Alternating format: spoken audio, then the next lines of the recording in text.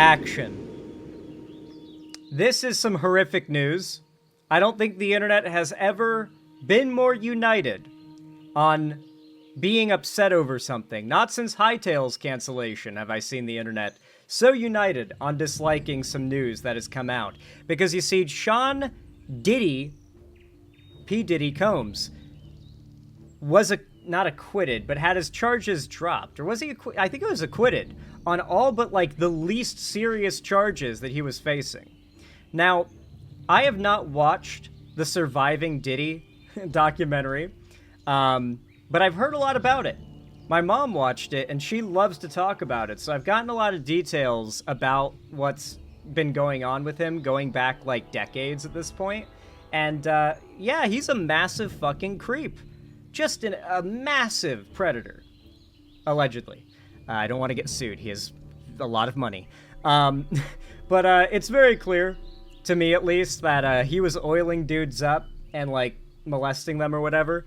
And the fact that the charges are getting dropped really does seem to speak to the fact that money truly can make you just allowed to commit crimes in America.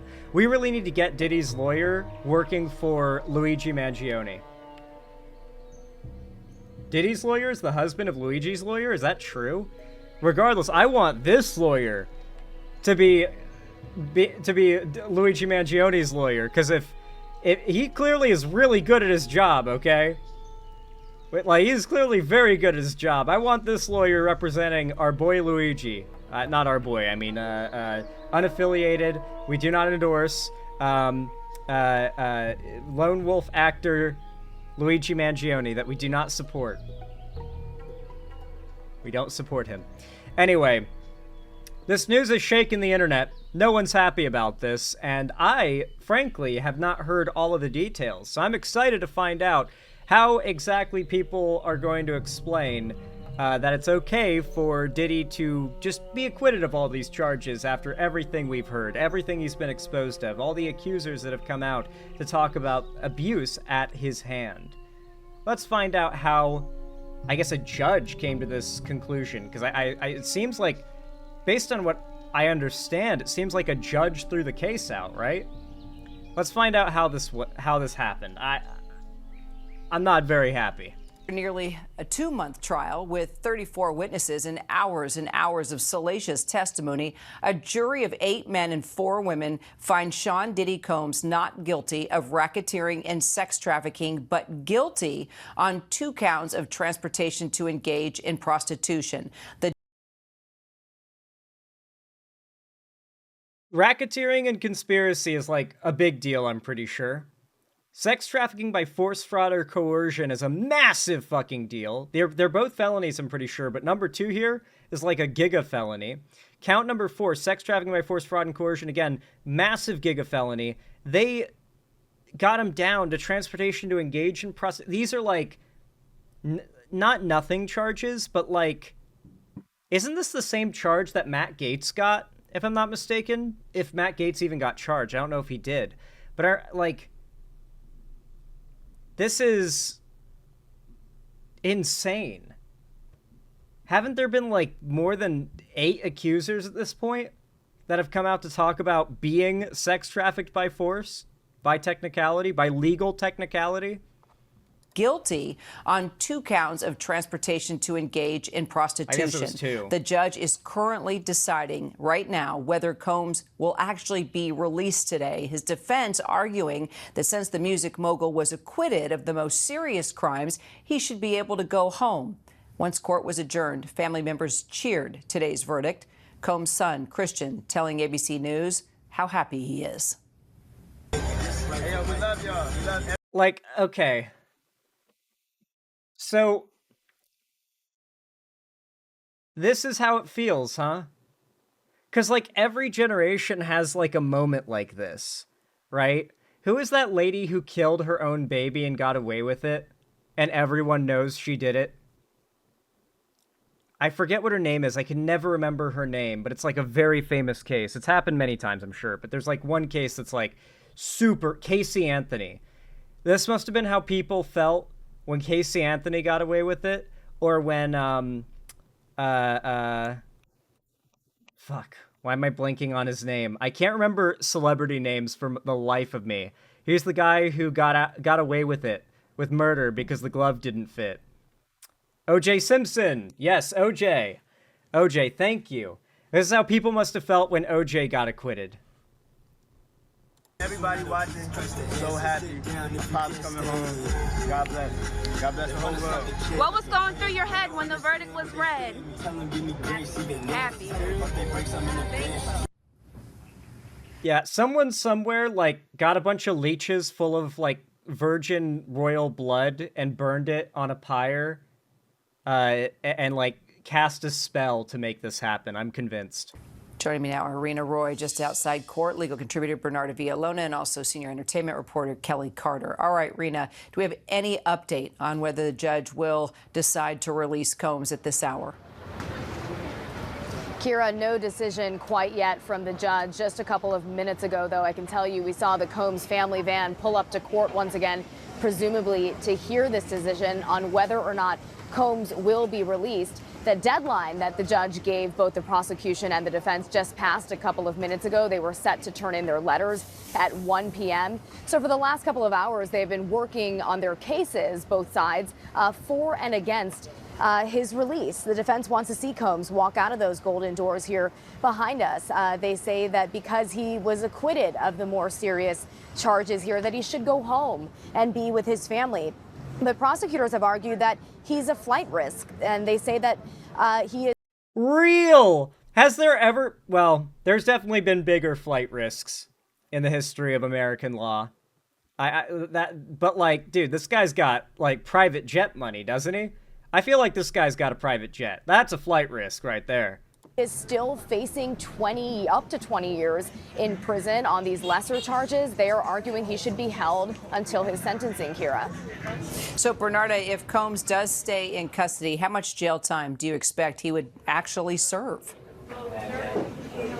Dude, the Andrew Tate, P. Diddy, and Donald Trump collab is going to be crazy.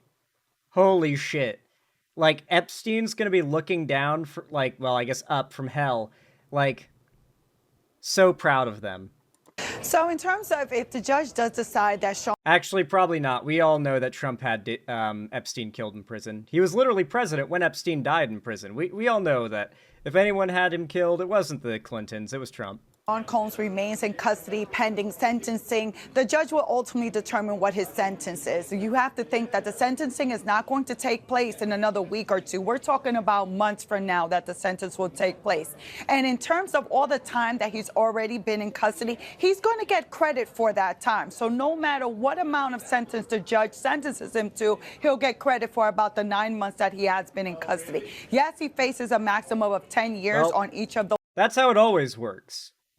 Time spent in jail awaiting your trial is always counted onto your sentence after the fact. So if you've been waiting 3 months for your trial sitting in jail and you get sentenced to 2 months, you just get out because you already served your time. Those counts, highly unlikely that this judge is going to max Sean Combs out. He can give him probation, he could give him time served, or give him something more of a year, 2 years, or even 3 years on each of these counts. So, Kelly, how does this verdict impact Combs' legacy as an entertainer, as a music mogul moving forward, you think? I think it does impact his legacy because we have to talk about this in addition to talking about his... No. Everybody knows he did it. Everybody does. Like, nobody is on Diddy's side. Like, Diddy's got diehard fans, obviously. There's not nobody on his side. But culturally, America is against Diddy. Like, he's done. Like, unless he manages to 180 this, like Johnny Depp did, with a massive slander campaign that ends up succeeding against his victims, like Johnny Depp did, then, like, I don't see... I don't see this, like, flipping for him. I don't see P. Diddy being able to bring this back. I think he's going to be known as Sean Baby Oil Diddy Combs forever. Maureen Comey, the daughter of James Comey, the 8,647 shells, was one of the Diddy lawyers. I can't speak today. Diddy won't do time. Trump is going after James Comey and his crew. Interesting, Gen X jamming. Thank you for the info. 3 decades as being a pop culture icon. You know, this is a human who has touched every facet of business, of industry, you know, He's politics, touched a lot of people. Film, TV, music, Broadway, spirits, fashion, you know, but we also now have to talk about this case and the role that that plays and that legacy. And I think it's significant because unfortunately people are going to be able to unhear some of that testimony that they read, and they're most certainly going to be able to unsee that video footage from that 2016 intercontinental incident between him and Cassie Ventura. And I think that that's going to be part of the conversation moving forward. And Rena, has there been any reaction from prosecutors or He killed Biggie, can't let that slide. True. or witnesses so far on the verdict? Yeah, well, Kira, prosecutors say that they are going to fight for substantial prison time for Sean Combs. It remains to be seen what that looks like, but they did release a statement earlier today thanking the alleged victims in this case for coming forward, saying it's not easy to share those harrowing stories, and we know that the prosecution... All right, hear me out. When I become Emperor of America, and everything that I say is law, because Trump has now set that as a precedent that can happen if I ever become elected, and I will be elected. I will get elected, I promise you all. I think it should be law that if you're found guilty of a sex crime, then you have to take the walk of shame, like in Game of Thrones. Like, you have to, like, get naked and walk down the street while people, like, scream insults and throw, like, shit and rotten vegetables at you. And you have to, like, walk from the courthouse to, like, the police station. And then you can shower and put on clothes and stuff and, like, you know, go home and whatnot. But, like, that should be the punishment. Well, not go home, but, like, go to prison, I guess. I don't know. But that should be the rule. Walk of shame. If you are found guilty of committing a sex crime, make Diddy do the walk of shame. Star witness was Cassie Ventura, Combs' ex-girlfriend. Well, like I said, JB Potats, this is when I become Emperor of America, a future that is inevitable. Remember. Her attorney spoke outside of court shortly after the verdict, and he says that he's proud of her courage. He says that she is in a good place and she's happy with this outcome. Take a listen. The reaction is that we're pleased that he's finally been held responsible for 2 federal crimes, something that he's never faced in his life. He still faces substantial jail time. Of course, we would have liked to have seen a conviction on the sex crimes in RICO, but we understand beyond a reasonable doubt is a high standard, and we're just pleased that... Sometimes it might be too high of a standard, and other times it really seems like people are pretty loose in court on what is beyond a reasonable doubt or not. That he still faces substantial jail time. And he also credits her for paving the way for other alleged victims to come forward. Remember, Combs is still facing more than 6 civil lawsuits, so his legal troubles are far from over, Kira. Yeah.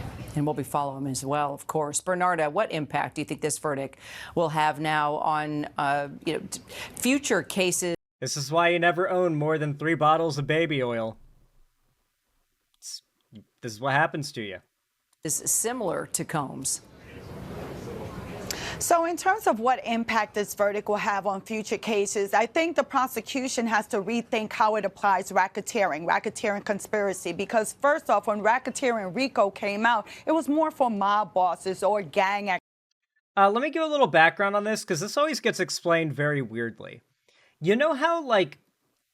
Alright, this is the best way to possibly explain this, okay? You guys know how the Kingpin in Spider-Man always gets away with it?